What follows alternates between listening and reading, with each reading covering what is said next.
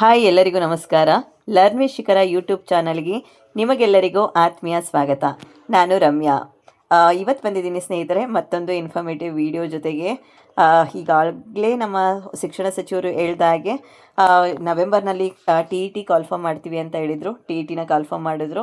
1ನೇ ತಾರೀಕು ನಮಗೆ ಇದನ್ನು ಆಲ್ ಟಿಕೆಟ್ ಬಿಡುಗಡೆ ಮಾಡ್ತೀವಿ ಅಂತ ಹೇಳಿದರು. ಆಲ್ ಟಿಕೆಟ್ ಬಿಡುಗಡೆ ಮಾಡಿದ್ದಾರೆ. 7ನೇ ತಾರೀಕು ಎಕ್ಸಾಮ್ ಇದೆ. 31ಕ್ಕೆ ನಮಗೆ ಫಲಿತಾಂಶವೂ ಕೂಡ ಇದೆ. ಅಂದರೆ ಒಂದೇ ತಿಂಗಳಿನಲ್ಲಿ 1ನೇ ತಾರೀಕು ನಿಮಗೆ ಆಲ್ ಟಿಕೆಟ್ ಸಿಗ್ತಾ ಇದೆ, 7ನೇ ತಾರೀಕು ಎಕ್ಸಾಮ್ ನಡೀತಾ ಇದೆ, 31ನೇ ತಾರೀಕು ಫಲಿತಾಂಶ ಸಿಗ್ತಾ ಇದೆ. ಹಾಗಿದ್ರೆ ಅವರು 18,000 ಶಿಕ್ಷಕರ ನೇಮಕಾತಿ ಮಾಡ್ಕೊಳ್ತೀವಿ ಜನವರಿ ಅಂತ್ಯದ ವೇಳೆಗೆ ಅಂತ ಹೇಳಿರುವಂಥ ಮಾತು ಐ ಥಿಂಕ್ ನಿಜ ಆಗ್ಬೋದು. ನೋಡೋಣ ಸ್ನೇಹಿತರೆ, ಅವ್ರು ಕೊಟ್ಟಿರುವಂತಹ ಭರವಸೆ ಆಗಿ ಉಳ್ಕೊಳ್ಳುತ್ತಾ ಅಥವಾ ಅದು ನಿಜವಾಗುತ್ತೋ ಅನ್ನೋದ್ರ ಬಗ್ಗೆ ಕಾದು ನೋಡೋಣ.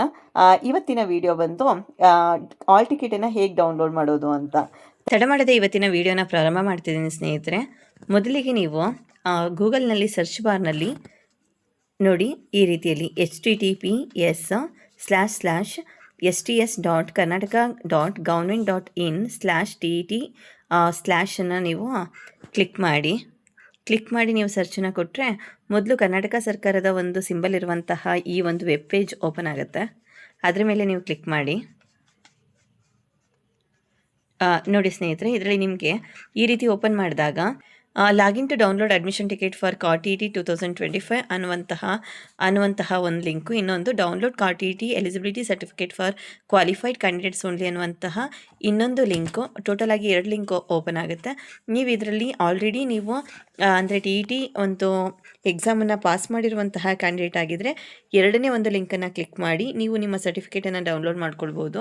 ಅದರ್ವೈಸ್ ನೀವು ಈಗ ಅಂದರೆ 2025ನ COT-TETಯ ಒಂದು ಆಸ್ಪಿರೆಂಟ್ ಆಗಿದ್ದರೆ ಮೊದಲನೇ ಒಂದು ಕ್ಲಿಕ್ ಮೇಲೆ ಅಂದರೆ ಲಿಂಕ್ ಮೇಲೆ ನೀವು ಕ್ಲಿಕ್ ಮಾಡಿ.